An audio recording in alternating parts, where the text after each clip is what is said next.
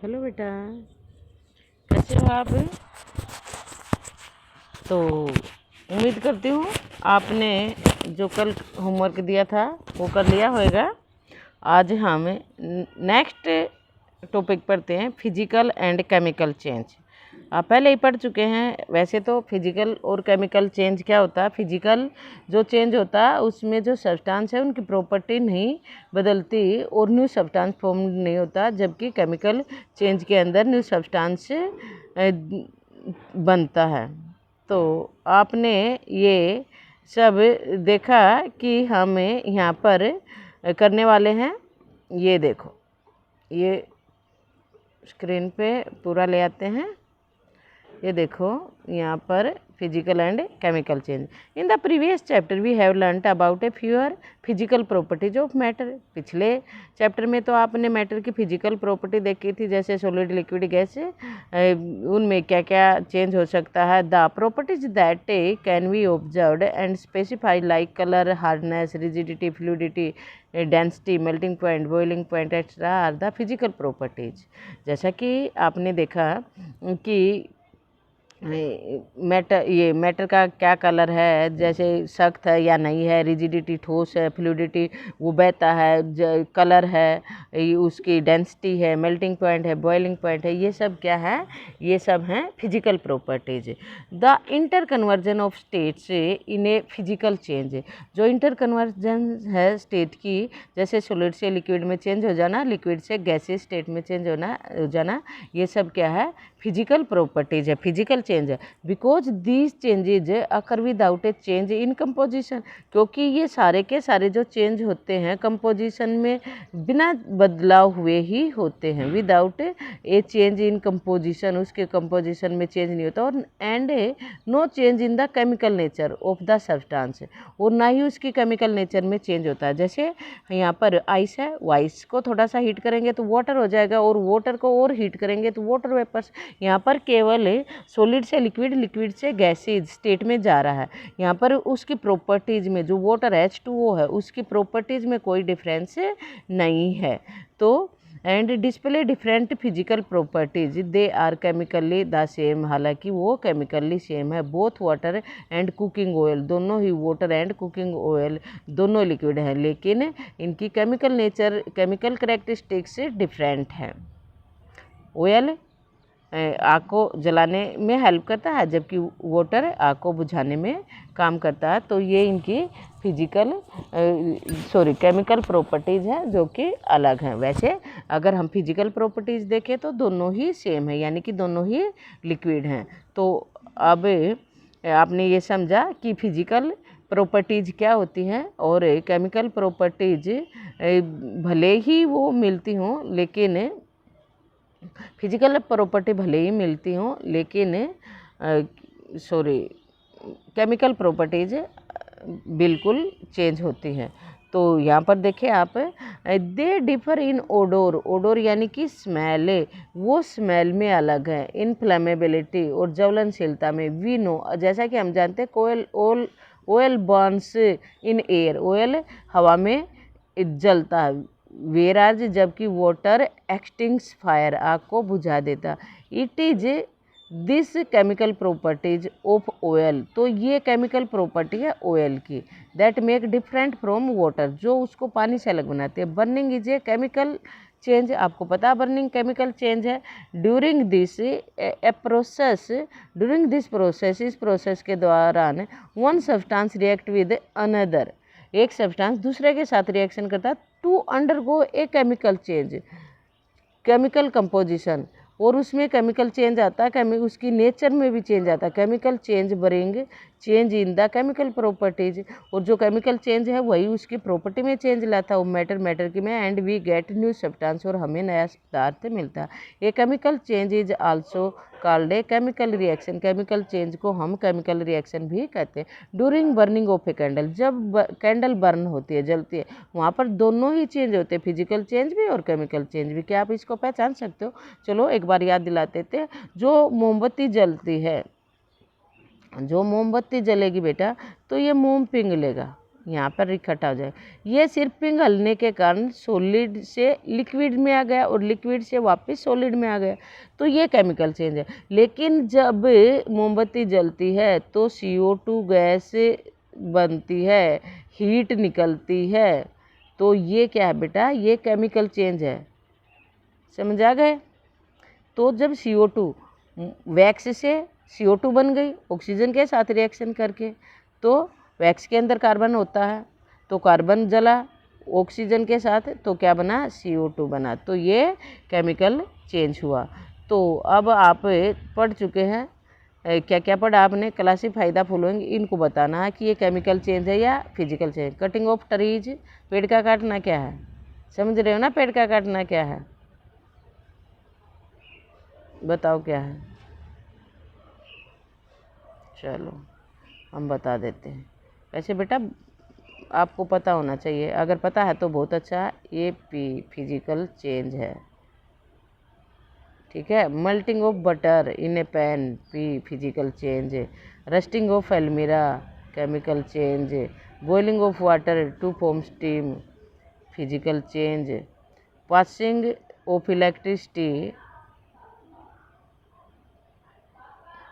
passing of electric current through water and water breaking down into hydrogen and oxygen, hydrogen and oxygen नया substance बना रहे, तो क्या है, सी chemical.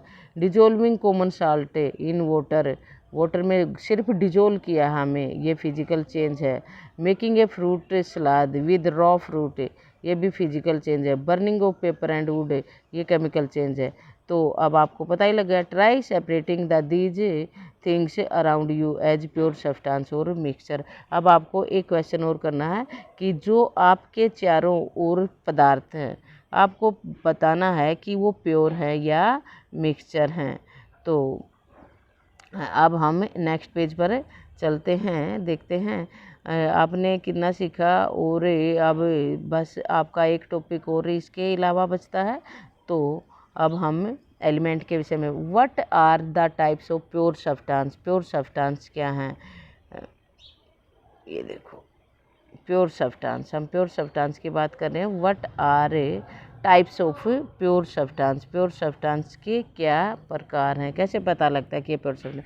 On the basis of their chemical composition, chemical composition के आधार पर substance can be classified either element और कंपाउंड, एलिमेंट और कंपाउंड के सेवे पढ़ते हैं। केमिकल और कंपाउंड का डिफरेंस दे रखा है नेक्स्ट पेज पर, वो आपको लर्न भी करना है। एलिमेंट की बात करते हैं हम सबसे पहले। एक साइंटिस्ट हुए हैं Robert Boyle, was first scientist to use the term element. उन्होंने केमिकल टर्म का इस्तेमाल किया था 1661 में, 1661 में।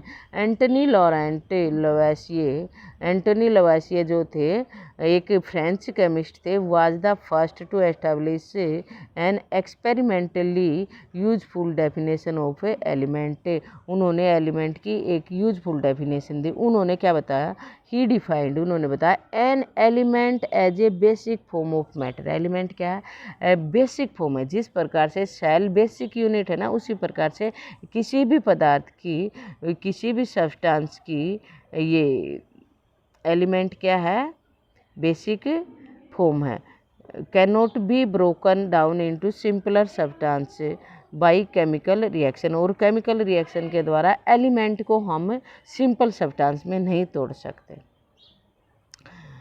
Element can be normally divided into, element को सिर्फ हम, क्योंकि बहुत सारे एलिमेंट हैं, उनको सिर्फ हम मेटल में, नॉन मेटल में और मेटलाइड में डिवाइड कर सकते हैं, जो कि आप 8th क्लास में पढ़ चुके हो। मेटल क्या होते हैं, नॉन मेटल क्या होते हैं, मेटलाइड क्या होते हैं। मेटलाइड जो मेटल की और नॉन मेटल दोनों की कुछ प्रॉपर्टी रखता हो, वो मेटलाइड होता है।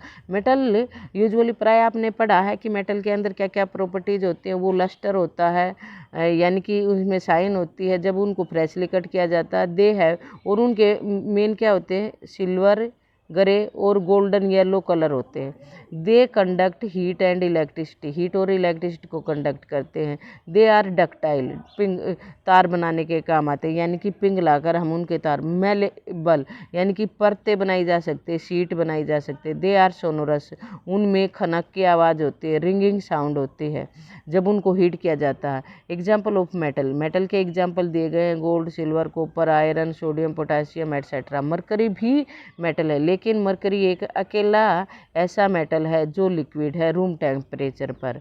नॉन मेटल यूजुअली सम और ऑल द फॉलोइंग प्रॉपर्टी, प्राय ये वाली जो यहाँ पर बताएंगे या सभी की सभी, इनमें से मोस्ट ऑफ या सारी की सारी।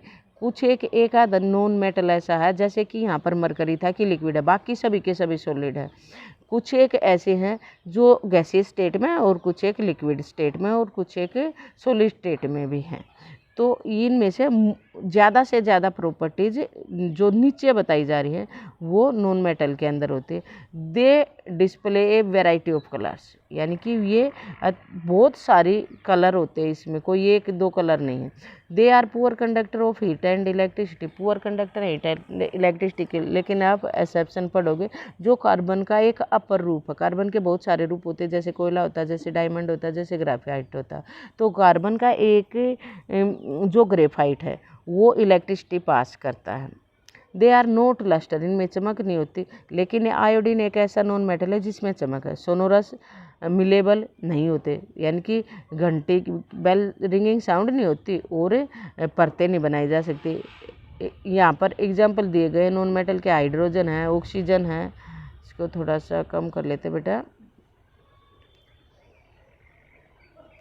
हाइड्रोजन है, ऑक्सीजन है, आयोडीन है, कार्बन है, कार्बन में कोल, कोयला, कोक आता है, ब्रोमीन है, क्लोरीन है और सम एलिमेंट, और कुछ एलिमेंट ऐसे भी हैं कि इंटरमीडिएट प्रॉपर्टी, जिसमें दोनों प्रॉपर्टी होती है बिटवीन दो जो मेटल एंड नॉन मेटल, जिनको मेटल और नॉन मेटल के बीच में रखा गया है और उसके अंदर क्या क्या आते हैं। दे आर कॉल्ड मेटेलाइड, इनको मेटेलाइड कहते हैं। और एग्जाम्पल क्या क्या है, बोरोन, सिलिकॉन और जर्मेनियम।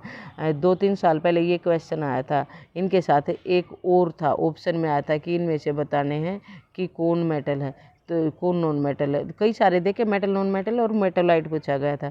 तो बोरोन, सिलिकॉन और जर्मेनियम, ये ध्यान रखना है, ये मेटेलाइड हैं। तो नेक्स्ट हम देखते हैं, बस आज का टॉपिक ख़त्म होने वाला है अपना, बस ये वाला मोर टू नो ही हम अब करेंगे, बाकी नेक्स्ट टॉपिक में करेंगे कंपाउंड। ये एलिमेंट हमारे हो चुके। तो कितने total element, the number of element known at present more than 100 से ज़्यादा हैं, जो आज की डेट में जाने जाते हैं वो 100 से भी ज़्यादा हैं, जिनमें से 92 एलिमेंट नेचुरली करेंगे, 92 नेचुरली हैं, बाकी के मैन मेड हैं। Majority of element are solid, ज़्यादातर क्या है, सॉलिड है। 11 एलिमेंट आर गैसेज, उनमें से 11 गैसेज है। स्टेट एट रूम टेम्परेचर, दो चीज़ें ऐसी हैं जो लिक्विड है, ज़्यादातर सॉलिड। 11 गैसेज, दो ऐसे हैं जो लिक्विड है, एक तो मेटल है और एक नॉन मेटल है। मेटल हमने बता दिया था, क्या मेटल बताया था, मरकरी, और दूसरा ब्रोमीन, ब्रोमीन क्या है, नॉन मेटल है। Element gallium, caesium, gallium, caesium और एक दो और हैं जो ज़रा सा रूम टेम्परेचर ज़रा सा हाई हो जाए तो वो लिक्विड हो जाते हैं। Element gallium and caesium become liquid at a room temperature slightly above room temperature, liquid at a slightly above, जो थोड़ा सा ऊपर होता है तो वो लिक्विड बन जाते हैं। तो बेटा आज के लिए बस टॉपिक इतना ही, बाकी हम कल पढ़ते हैं और आपका ये चैप्टर ख़त्म हो जाएगा। तो आप घर पे रहें और अपने स्वास्थ्य का ध्यान रखें और अच्छे से अपना पढ़ाई पे फोकस करें बेटा, क्योंकि बहुत ज़्यादा नुकसान हो चुका है और इससे ज़्यादा नहीं करना। जैसा कुछ पूछना है तो आप आसानी से पूछ सकते हैं। थैंक यू बेटा।